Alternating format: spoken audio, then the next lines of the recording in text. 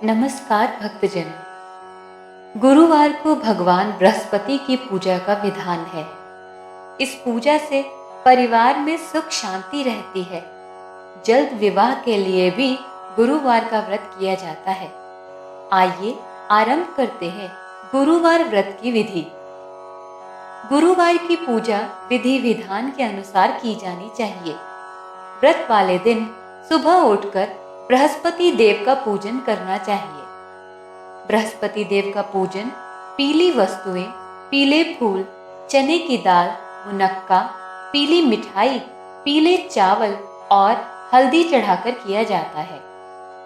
इस व्रत में केले के पेड़ की पूजा की जाती है और पूजन के समय मन, कर्म और वचन से शुद्ध होकर मनोकामना पूर्ति के लिए बृहस्पति देव से प्रार्थना करनी चाहिए। जल में हल्दी डालकर केले के पेड़ पर चढ़ाएं। केले की जड़ में चने की दाल और मुनक्का चढ़ाएं। साथ ही दीपक जलाकर पेड़ की आरती उतारें। दिन में एक ही समय भोजन करें। खाने में चने की दाल या पीली चीजें खाएं। नमक न खाएं। पीले वस्त्र पहनें। पीले फलों का इस्तेमाल करें। पूजन के बाद भगवान बृहस्पति की कथा सुननी चाहिए। तो श्रोताओ, आइए आरंभ करते हैं गुरुवार व्रत की कथा। प्राचीन काल की बात है। किसी राज्य में एक बड़ा प्रतापी और दानी राजा राज करता था। वह प्रत्येक गुरुवार को व्रत रखता, भूखे और गरीबों को दान देकर पुण्य प्राप्त करता था। परंतु यह बात उसकी रानी को अच्छी नहीं लगती थी। वह ना तो व्रत करती और ना ही किसी को एक भी पैसा दान में देती थी और राजा को भी ऐसा करने से मना करती थी। एक समय की बात है। राजा शिकार खेलने के लिए वन चला गया। घर पर रानी और दासी थी। उसी समय गुरु बृहस्पति देव साधु का रूप धारण कर राजा के दरवाजे पर भिक्षा मांगने आए। साधु ने जब रानी से भिक्षा मांगी तो वह कहने लगी, हे साधु महाराज, मैं इस दान और पुण्य से तंग आ गई हूं। आप कोई ऐसा उपाय बताएं जिससे कि ये सारा धन नष्ट हो जाए और मैं आराम से रह सकूं। बृहस्पति देव ने कहा, हे देवी, तुम बड़ी विचित्र हो। संतान और धन से कोई दुखी होता है? अगर अधिक धन है तो इसे शुभ कार्यों में लगाओ। कुंवारी कन्याओं का विवाह कराओ। विद्यालय और बाग बगीचे का निर्माण कराओ, जिससे तुम्हारे तीनों लोग सुधर जाएंगे। परंतु साधु की इन बातों से रानी को खुशी नहीं हुई। उसने कहा, मुझे ऐसे धन की आवश्यकता नहीं है जिसे मैं दान दूं और जिसे संभालने से मेरा सारा समय नष्ट हो जाए।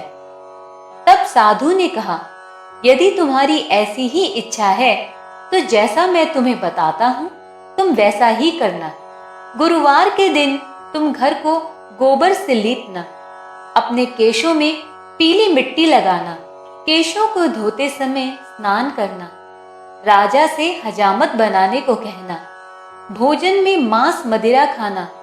कपड़ा धोबी के यहाँ धुलने डालना। इस प्रकार 7 बृहस्पतिवार करने से तुम्हारा समस्त धन नष्ट हो जाएगा। इतना कहकर साधु रूपी बृहस्पति देव अंतर ध्यान हो गए। साधु के अनुसार कहीं बातों को पूरा करने के लिए रानी को केवल 3 बृहस्पतिवार ही बीते थे कि उसकी समस्त धन संपत्ति नष्ट हो गई। भोजन के लिए राजा का परिवार तरसने लगा। तब एक दिन राजा ने रानी से बोला, हे रानी, तुम यहीं रहो। मैं दूसरे देश को जाता हूँ, क्योंकि यहाँ भी सभी लोग मुझे जानते हैं, इसलिए मैं कोई छोटा कार्य नहीं कर सकता। ऐसा कहकर राजा परदेश चला गया। वह वहां जंगल से लकड़ी काट कर लाता और शहर में बेचता। इस तरह वे अपना जीवन व्यतीत करने लगे। इधर राजा के परदेश जाते ही रानी और दासी दुखी रहने लगे।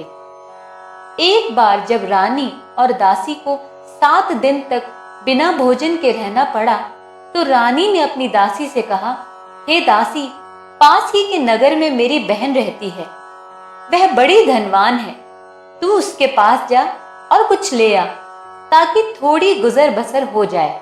इतना कहकर दासी को उसकी बहन के पास भेज दिया। दासी रानी की बहन के पास गई। उस दिन गुरुवार था और रानी की बहन उस समय बृहस्पतिवार व्रत की कथा सुन रही थी।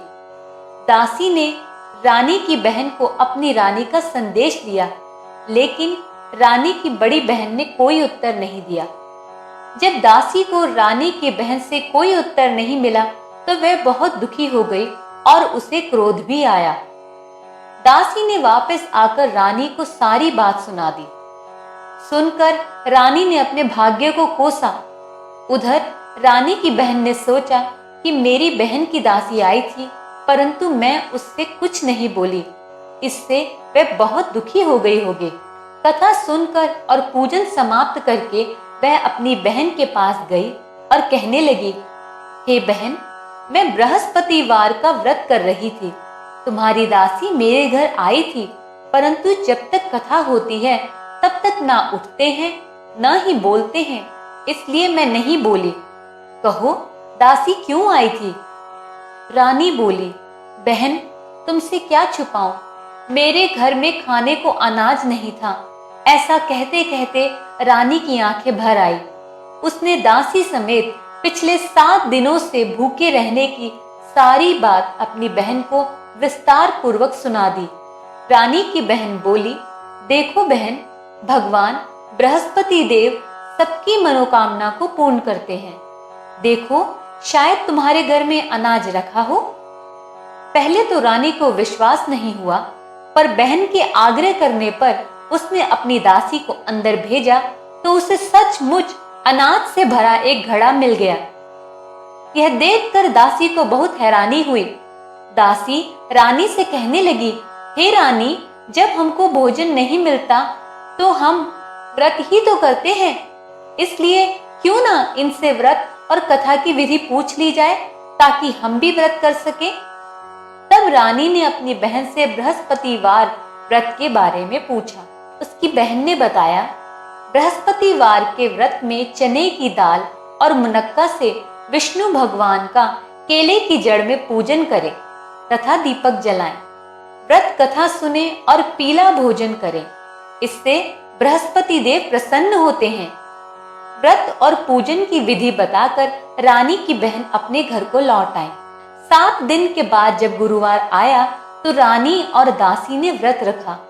घुड़साल में जाकर चना और गुड़ लेकर आए, फिर उससे केले की जड़ तथा विष्णु भगवान का पूजन किया। अब पीला भोजन कहां से आए, इस बात को लेकर दोनों बहुत दुखी थे। चूंकि उन्होंने व्रत रखा था, इसलिए बृहस्पति देव उनसे प्रसन्न थे, इसलिए वे एक साधारण व्यक्ति का रूप धारण कर 2 थालों में सुंदर पीला भोजन दासी को दे गए। भोजन पाकर दासी प्रसन्न हुई और फिर रानी के साथ मिलकर भोजन ग्रहण किया। उसके बाद वे सभी गुरुवार को व्रत और पूजन करने लगे। बृहस्पति भगवान की कृपा से उनके पास फिर से धन संपत्ति आ गई, परंतु रानी फिर से पहले की तरह आलस्य करने लगी। तब दासी बोली, देखो रानी, तुम पहले भी इसी प्रकार आलस्य करती थी, तुम्हें धन रखने में कष्ट होता था, इस कारण सभी धन नष्ट हो गया और अब भगवान बृहस्पति की कृपा से धन मिला है तो तुम्हें फिर से आलस्य होता है। रानी को समझाते हुए दासी कहती है कि बड़ी मुसीबतों के बाद हमने ये धन पाया है, इसलिए हमें दान पुण्य करना चाहिए, भूखे मनुष्यों को भोजन कराना चाहिए और धन को शुभ कार्यों में खर्च करना चाहिए, जिससे तुम्हारे कुल का यश बढ़ेगा, स्वर्ग की प्राप्ति होगी और पितृ प्रसन्न होंगे। दासी की बात मानकर रानी अपना धन शुभ कार्यों में खर्च करने लगी, जिससे पूरे नगर में उसका यश फैलने लगा। बृहस्पतिवार व्रत कथा करने के बाद श्रद्धा से आरती की जानी चाहिए। इसके बाद प्रसाद बांटकर उसे ग्रहण करना चाहिए।